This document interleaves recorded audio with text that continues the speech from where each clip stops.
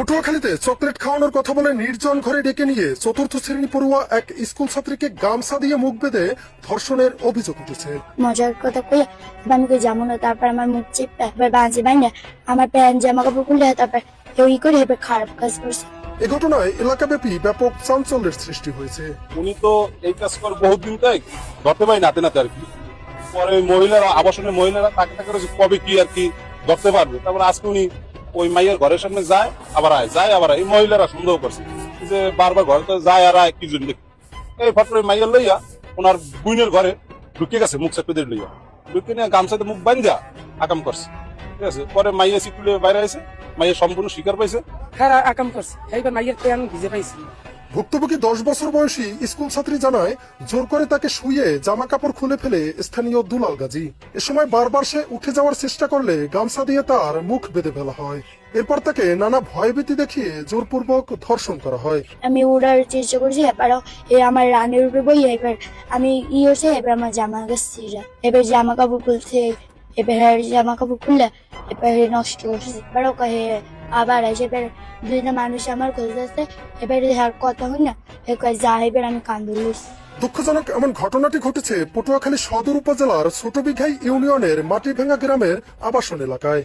আরো তোমার কথা শুনছি যে হয় এরকম করছে। আমরা বিশ্বাস এরকম করলে তাহলে একজন আধা থেকে আরো 5 জন করবে, করবে না? আমার নাতি আছে, মাগি আছে, দুই আছে, সবই তো আছে। এত কষ্ট করে ঘুরে গেলে পাইলে আজকে মানুষের মানে কি পাবো সারা জীবন। একজন রাস্তায় লোক আর মাইয়া এরকম ধ্বংস করছে। আমি মানের বাড়ি কাম করি, এবার খাওয়াই ঘুরে গেলে আমি এর বিচার চাই।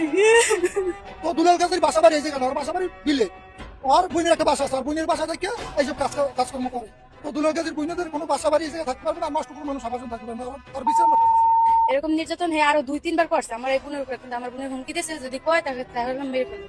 আর সে ছোট মানুষ, সেই জন্য সে বলতে পারে না, কারণ আমরা একটা মেয়ে মানুষ, আমাদের শরীরের ভিতরে একটা ভয় ঢুকে পড়ছে। কারণ আমরা স্কুলে যাই, মাদ্রাসায় যাই, আমাদের একটা ভয় লাগতেই পারে। ছোট ছোট মেয়ে তো আছে, তাদের অনেক ভয় লেগে গেছে। এই যে কারণ আজকে অনেক মানুষ স্কুল যায় না, এই জায়গার মেয়েরা যে আমাদের উপরে যদি এরকম একটা হয়, সেই জন্য তাদের একটা ভয় লেগে গেছে। এদিকে অভিযুক্ত দুলাল গাজী ও তার পরিবারের দাবি পূর্ব শত্রুতার জের ধরে পরিকল্পিতভাবে তাকে ফাঁসানো হয়েছে। ওনারা বলেন এই যে স্ত্রী ঘরে থাকতে কি একটা দংশন করতে পারে, এইটা ষড়যন্ত্র আরো ওই 4-5 মাস আগে হইতে তো শুনি নাই, এত কোন এলাকায় শুনি নাই। আমার কানে শুনে তো আমার স্বামীর একটা শাসন করতাম অন্যভাবে একটা কাজ, ঠিক আছে, এরা এখন প্রোগ্রামে নিচ্ছে।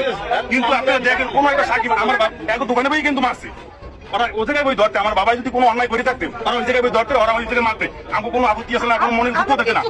কিন্তু এই জায়গায় বইয়া এরা সব পিঠে মিললে আমার বাবা সাইডের উপরে বস, এরা যেভাবে মারছে, এরা মানুষ তো অমানুষ। আর আমরা এর বিচার চাই, আমাদের যে মান সম্মান মানহানি হয়েছে, ঠিক আছে, এটা সম্পূর্ণ মিশে পিছনে আরো কিছু আছে, আমি যার দেহি না তার জামাছেন।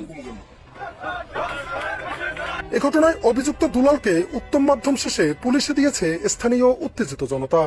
তদন্ত সাপেক্ষে প্রয়োজনীয় ব্যবস্থা গ্রহণ করা হবে বলে জানিয়েছে পুলিশ। চাঞ্চল্যকর এ ঘটনায় সুষ্ঠু তদন্ত সাপেক্ষে প্রয়োজনীয় ব্যবস্থা গ্রহণের দাবি স্থানীয়দের।